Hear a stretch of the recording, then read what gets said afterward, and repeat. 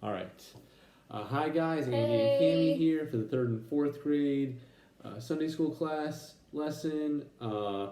Miss y'all a lot still, but luckily we get to hopefully see some of y'all tomorrow. Yeah. So we're gonna be there in the morning. We'll see how it goes. Hope some of y'all get to be there too with your family. Yeah. Good to finally see people in person again. And get It'll to be worship in great. person. Oh, can't wait. It's gonna be nice. I mean, we're definitely going kind of stir crazy over here, not seeing people like we used to. So, Yes, definitely. hope everyone's still staying safe and Safe and healthy. That's what we want. Yeah. So, that being said, we're just gonna jump right into it, and Miss Kami's gonna start talking about the lesson for this week. Yeah, so this week's lesson is about Peter and Paul and about how they were both given this gift of teaching. And, Paul was kind of entrusted by the church to go out and teach the Gentiles, and while Peter kind of stayed back and continued to teach the Jewish people. And what happened, kind of in a nutshell, was that Paul came back and, to visit everybody and to visit Peter. And he noticed that Peter was acting different around the Jewish people. Can you give a more specific example about how he was acting different?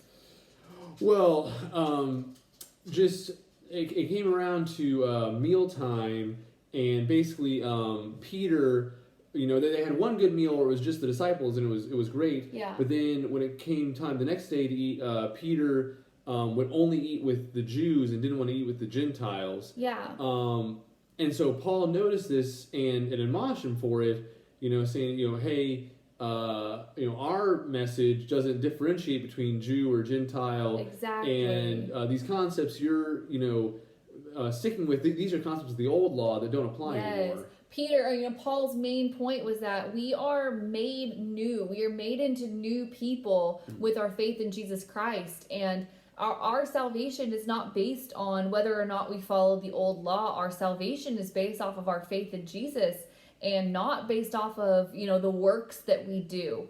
And so, as Christians, we can kind of battle this two sides of this different faith coin. Like how much worth do we put into good works? Because obviously, they're good works. They're good things to do. They're in no way, shape, or form is doing good things necessarily a bad thing. But how much of our salvation do we see as good works versus purely just faith in Jesus Christ? And that's something that a lot of Christians can struggle with internally without really realizing it. Mm-hmm. So, that's kind of the internal battle that Peter was having too, is that not fully accepting that my faith in Jesus Christ is based off of, faith alone. That's it. That's all my salvation needs. So one kind of intro activity, a little game that you can play with your kids, is if you've got some construction paper at home, pick out 5 different colors of construction paper, and on each different color, you're gonna write one of these 5 words. So in one color, you'll write the word forward. Another color, you'll write backward, left, right, and stop. So those will be your 5. You'll have forward, backward, left, right, and stop. And what you're going to do, this is not a race, so kids do not need to run. There's no need for this to be chaos at all. Or if you want it to be chaos, you go ahead, but everybody can walk. What you're going to do is you're going to instruct kids to find the longest room that you have in your house, maybe even your backyard if you want to, a really long space. They can be super, super far away. So make sure that all kids, whoever you're playing this game with, know which color matches with which word. And so if they're super far away, you're just going to hold up a color. And if it says forward, but they can't read the word forward, but they know, hey, red means forward, then they're going to walk forward. And basically what you're going to do is you're going to try and get all kids to get to where you are by holding up forward, left, right. They're going to go in this little maze. They're going to walk pretty slowly. It can take a while, and that's fine. But basically, once they get to you, is you are going to kind of explain to them, hey, every time that you change directions with every color that you saw. And the story that we're about to read is somebody changed their actions based off of the different people that they were around. And you can talk about that kind of warm up before you get the story started. Right on. So our story today the Bible story comes from Galatians chapter 2.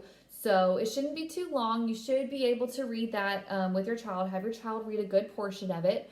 And then, like always, read the summary that comes in your children's activity page. So Galatians chapter 2, read that, and then also read the summary page. After that, you can ask them some review questions we're used to. All right, so Ms. Cammie, you'll be my answerer. Yes. So question 1 is, what did Paul and the church leaders agree on? That Paul should go out and preach to the Gentiles. Mm-hmm. Question 2 is, how did Peter change when believing Jews came from Jerusalem? Peter withdrew from the Gentiles. He stopped speaking to them. He stopped interacting with them. And stopped eating with them, like Mr. Andy talked about earlier. How did Peter's behavior affect other believers in Antioch? They followed Peter's example, and they also withdrew from the Gentiles. Next question, what did Paul do about Peter's behavior? He, what did you say? He admonished him in front of everybody. He talked to him. Yes. He talked. He spoke to him. He spoke to him. That's plain terms. He Yes. spoke to him in front of everyone. He spoke to him in front of everybody. Can people be saved by following rules? No, they cannot. It's purely based on your salvation. And how are people saved? By faith. By There we faith go. alone. 100%, number one student. So once we get done with the review questions, next universe, which I think you guys probably are, up to speed on this by now. But I'll read the universe again, just so y'all have it. But I think I'll probably have it by now. So it says, "But you will receive power when the Holy Spirit has come on you, and you will be my witnesses in Jerusalem, in all Judea and Samaria, and to the end of the earth." And this is from Acts chapter 1, verse 8. And what I just read is the CSB version. Yes.